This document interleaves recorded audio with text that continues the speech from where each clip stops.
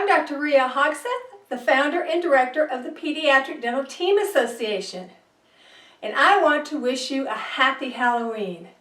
And let's talk about how you can use this holiday to help bring some fun and laughter into your office. So first, how about decor? I know we're all about cleanliness and sterilizing everything and keeping it neat and tidy, especially after COVID. But there are some things you can do to still brighten it up and make it more fun. So think about over the doorways. Can you cut out some things from construction paper or poster board and put that up there? Maybe it would be a witch's hat. Maybe it'll be a ghost like peeking out from inside the room. Different things you can do to make it fun. I used to hang streamers, orange and black, down through the doors, so they had to walk through that. Anything that can kind of brighten things up. If you have murals in your office, you might want to think about getting some little stickers or make your own of little ghosts or witches' hats, things like that, and use some painter's tape and tape them on your mural and have the kids try to find them.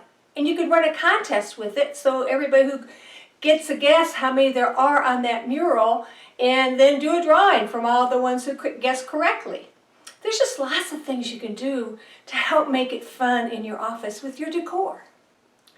So maybe you can have some of your staff come in, like the first week of October, dressed as Halloween, and do some photos for Facebook, Instagram, and those kind of things to promote what you're doing for Halloween during the month. Think about that and maybe run a contest of the most creative homemade costume and have your parents post a picture of the costume on your office webpage, and whoever gets the most likes from their friends and family, then they get to win a prize of your choosing. Now we definitely want them homemade because anybody can go out there and buy those real expensive costumes. So here are some ideas that I'm talking about. So one year I went as a gumball machine, and I went and got one of those big plastic bags from the cleaner, and I blew up a bunch of different colored balloons and stuffed that all around me. And I just wore a leotard underneath it and put those balloons all around me and tied it up real tight, so I had this big bubble of bright colored balloons, and that was me being a gumball machine. I made a red hat that kind of looked like the little lid that's on most of those. So I won a contest with that. It was a little hard sitting down, but it was okay. You could do the same thing and be a bunch of grapes. Have a bunch of the same color balloons in there and be a bunch of grapes. Another year I went as a sponge diver. I won the contest with that one too. And I wore a snorkel with my mask on and some flippers. And I dressed all again in a one-piece outfit. And then I hooked on a bunch of sponges, all different kinds and colors, to my costume, and I just walked around with that. When people looked at me really weird, I went, I'm a sponge diver. So it got a lot of chuckles, but that's what kind of thing we're talking about. And maybe give some creative ideas to parents if you have some, that you can put in a little tip sheet for them to give some thinking. They could do a cardboard box and make their child an iPhone. They could be a robot. You know, there's lots of things they can do out of really inexpensive things. So running a contest like that would be great. You also might be thinking about doing a candy buyback.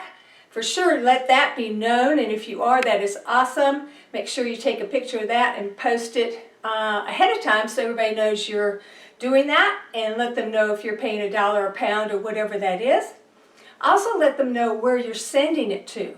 So there are lots of companies that will help you, and you can ship to them all the candy, then they'll ship it overseas to the troops. But if you have somebody locally that you can use, you can do that. If you have a base local, even think outside the box a little bit. Do you have homeless shelters that might be able to use the candy? Maybe some nursing homes. Anything that might brighten up somebody else's day. Just be creative and brainstorm and see what you can come up with. So that always makes it a lot of fun. We like to do giveaways and also use that as a marketing tool for your office. So we want to make sure you are documenting all this and doing photos and putting it on your Facebook or Instagram, whatever you're using, so that people can see you're doing things for the community. So always get those pictures taken of your contest winners, of the kids that come in.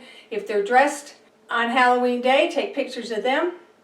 You might want to run fun days during the week of Halloween, maybe Crazy Sock Day, Crazy Hat Day, those kind of things to kind of get in the mood and have fun without having to have a full-blown costume on. So I would encourage you also to give some tips to parents on what to do to help them be safe on Halloween. You know, we all know about going through the candy, and of course a lot of parents use that as the time to take out the candy bars that they like and set those aside, but we want to make sure the kids are safe. You also want to possibly give them some tips on how they can kind of regulate the kids eating the candy afterwards. So why don't you put that on a tip sheet that you can have at the front desk. You can write it on a blog for your website, anything that will help them have that. Or your dentist says that's bad for your teeth, so we don't want to have that. I always recommend it to parents to let the kids have at the candy once they've sorted it that first night. Make sure they've got a good belly full of good food, lots of fiber and protein, and then let them have all the candy that they want and then brush their teeth. After that, just regulate it that they have one piece with a meal or a snack so that they're not eating the sugar outside of something else that they're eating. And then kind of give it away or lose it over the next week, so after about a week it's all gone. But whatever tips you want to give, that is just great, and just spread that out so the parents have some other authority that they can quote to get the kids to give it up when you want them to give it up.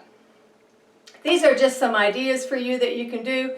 Have some fun and make sure you spread whatever you're doing out on all the social media so they can see what you're doing for the community and what you're doing just to have fun with your patients and their families. This has been your Practice Pearl, and I'll see you on the next one.